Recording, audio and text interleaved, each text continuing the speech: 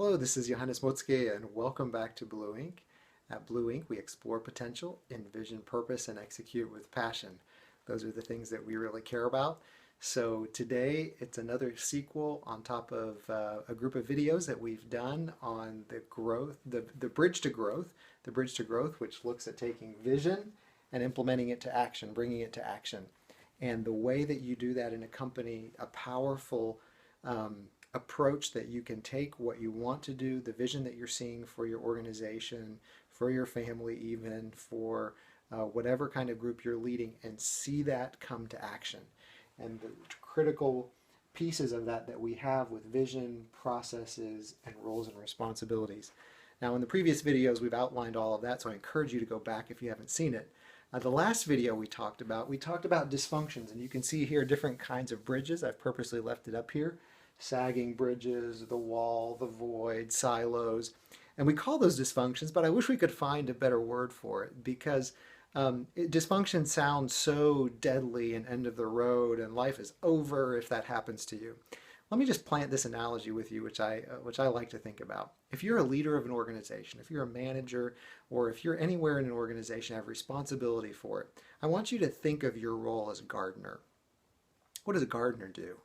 A gardener doesn't just say, oh, I've planted the seeds, I have a nice garden out there, I'll just check back and see in 3 months and see where it's at. He's out there every day pulling weeds, trimming, making sure things happen. There's disasters that happen when a tree falls over. He cuts it up, moves it out of the way. The gardener's job is to constantly be sort of keeping up I would say sort of the hygiene of the garden, if you will. That's your role as a manager, is to be keeping up the hygiene, the tidiness, the orderliness of your organization, making sure it continues to be streamlined and all of those pieces are working together seamlessly like a machine. Now, it's natural, it's entropy. If it's left to itself, it doesn't get more orderly, it gets less orderly. So as you go and as you grow and as things develop and as you take on new horizons and new challenges, you'll see some of these things happen. It's only natural. I would say that if you don't see those things happening, you're probably not moving fast enough and you're not growing. Now, if you let those things go unchecked, that's when it becomes deadly. If you let it go far enough, if you take vacation from your garden and you don't show up for a while, then don't be surprised if it's overgrown with weeds, and it takes a lot of effort and a lot of muscle to turn that around. So that's why you want to get in front of it, and that's why you want to stay on top of it. But that's your role as a leader. So here's the next question. This is what this video is about, is how do you stay on top of it? And how do you know? How do you know when you're veering off a little bit over too far to this side of the road or that side of the road? What are the telltale signs, and how do you continue to sort of run a diagnostic? It's so simple. I think it'll be easy to remember, but it's powerful. So I want you to pay attention. The first thing, and we're actually going to sort of do what we did in a certain order and take it backwards, and you'll follow along it, or you'll see it come to life as I explain it to you. The first thing you do is you take a look at the actions. The actions that are coming out here at the end of the pipe. Once the vision's been cast, the people, the processes are all working together, it's sort of the output of the whole machine, of the whole system. Are we producing something that is meaningful, that is intentional, that's what we want to see? It's the outcome. If I want to see what comes out of a machine, I walk to the back of it and I look at the product. I don't look somewhere in the middle. I look at, is the quality acceptable that's coming out? Ask your customers.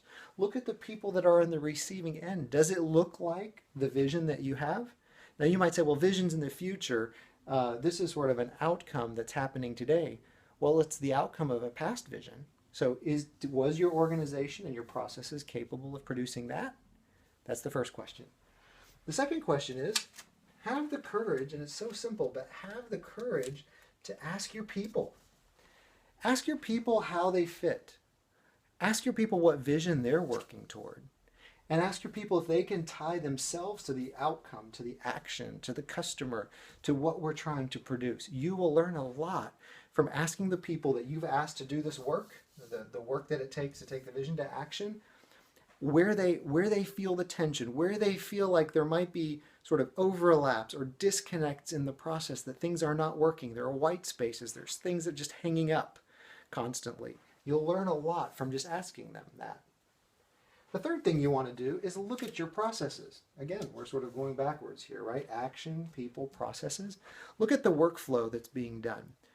Things that you can measure about it, the quality, the timeliness, how quickly it happens, the orderliness of it, the capabilities that you have in here that are either very strong or missing or lacking, or that you're constantly confronted with quality issues or whatever it is. Look at those processes and how well are they performing. It's really the engine, the machine. How well is this machine capable, or how efficient is it at taking the vision and moving it to action? Measure the work that's being done. And the fourth thing here is going all the way back upstream. And this is a little bit maybe counterintuitive, or maybe it's just totally intuitive. But you ask yourself, what about the vision itself? Do I even have a formalized one?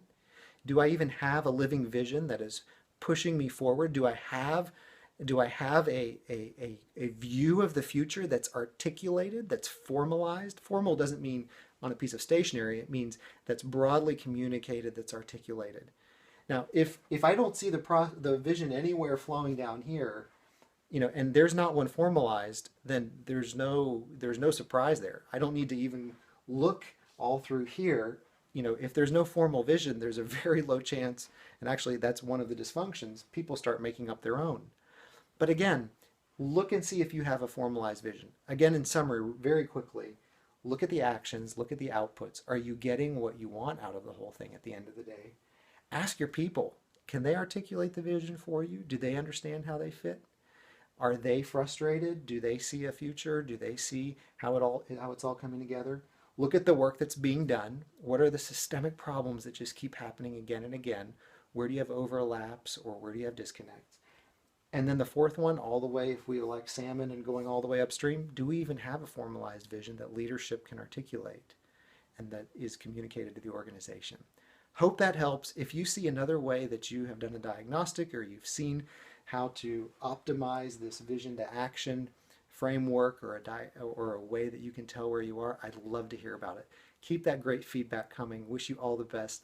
Be the greatest gardener you can be in your organization. That's your calling. I know you can do it.